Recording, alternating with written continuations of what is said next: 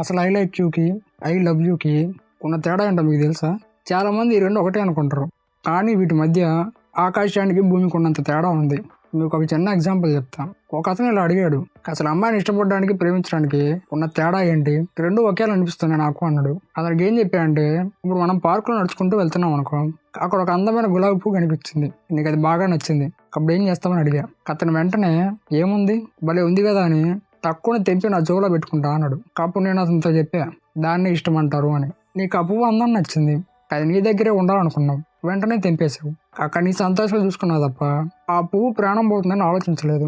ఇందులో స్వార్థం ఉంది అన్నాను. మరి ప్రేమ అంటే ఏంటని అడిగాడు అతను. అదే పువ్వు దగ్గరికి వెళ్ళి దాన్ని తెంపబుద్ధి కాక రేపు కూడా అది ఇలాగే నవ్వుతూ ఉండాలని బాటిల్లో ఉన్న నీళ్లు దాన్ని పోసి కాపాడుతావు చూడు, అది ప్రేమ అంటే అని చెప్పా. ఇష్టపడితే దాన్ని తెంపేసి నాశనం చేస్తావు, అదే ప్రేమిస్తే దాన్ని నీళ్లు పోసి రక్షిస్తావు. ఇష్టపడటం వేరు, ప్రేమించటం వేరు. ఎందుకంటే ఇష్టపడటం ఎలాంటి కమిట్మెంట్ ఉండదు, కానీ ప్రేమ అంటేనే కమిట్మెంట్.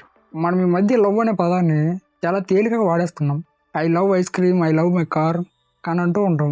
ఎందుకంటే అక్కడ మనకి ఎలాంటి బాధ్యత ఉండదు. కానీ ఒక మనిషి కళ్ళలో చూసి ఐ లవ్ యూ అని చెప్పడానికి మాత్రం భయపడతాం.